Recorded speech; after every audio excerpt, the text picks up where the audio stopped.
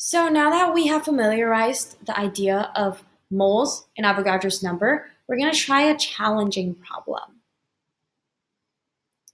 Previously, we have learned that 1 mole, which is an abstract value that we cannot actually physically touch, it's not tangible, has a standard of 12 grams of carbon-12. Carbon-12 meaning the atomic mass units of carbon, in this case, is 12. Not all carbons have the atomic mass of 12. This, we have also learned, is used to standardize Avogadro's number, which is 6.02 times 10 to the 23.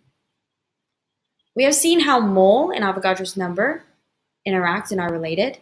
So in this case, we see that Avogadro's number, to convert from moles to atoms, we multiply. To go from atoms or particles or molecules, any Avogadro number of things, to moles, we have to divide by Avogadro's number.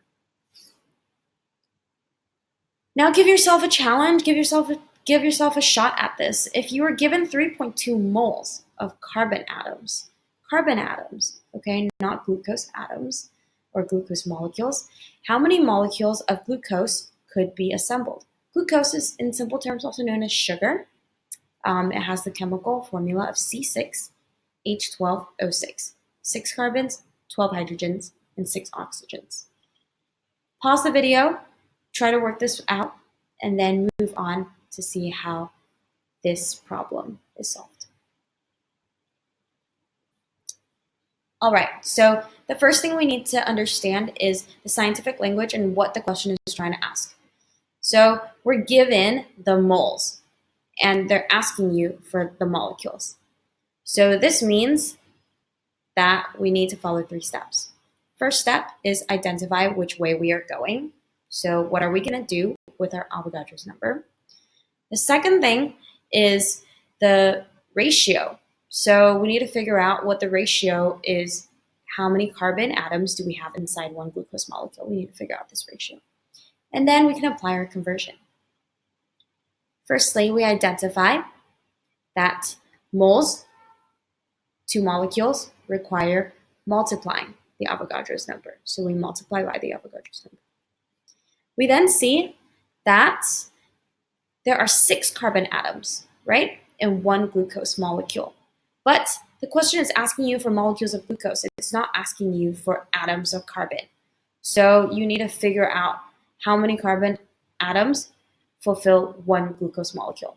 In this case, we see in the chemical formula that there are 6 carbon atoms in 1 glucose molecule. So this means that if you're given 3.2 moles of carbon atoms, you're given carbon, you're not given the glucose, then you need to divide this by 6.